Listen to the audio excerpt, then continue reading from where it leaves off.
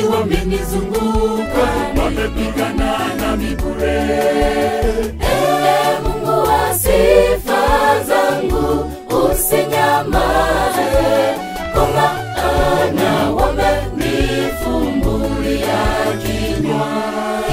Kinywa changu hasia na haki cha hila, wanasema nami kwa ulimi wa uongo. Kwa maneno ya chuki wamenizunguka, wamepigana nami bure. Na uwe chanzo cha furaha kwa watu wengine, mpendwa. Usihukumu, usije ukahukumiwa, achia Mungu kazi yake. Barapapa domo uwache, mehemehe mpaka ndani ya kanisa. Je, wajua kuna hukumu? Tubu sasa, uwe chanzo cha furaha kwa watu wengine, mpendwa.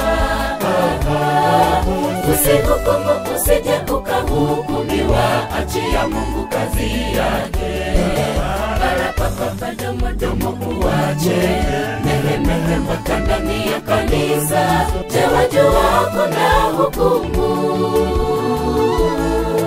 Tubu sasa.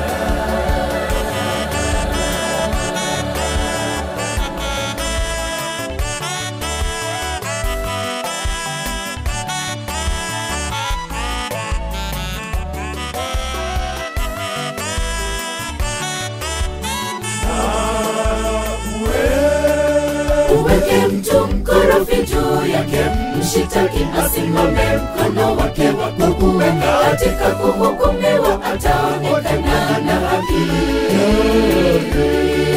na sala yake itadhaniwa kuwa ni dhambi.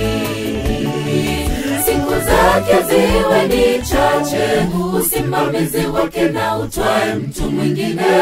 Ndiyo malipo ya washitaki wakuu toka kwa Bwana, na yao hao wanaonisingizia nafsi yangu mabaya.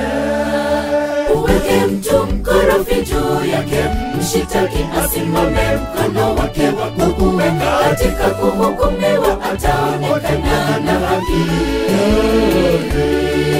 na sala yake itadhaniwa kuwa ni dhambi.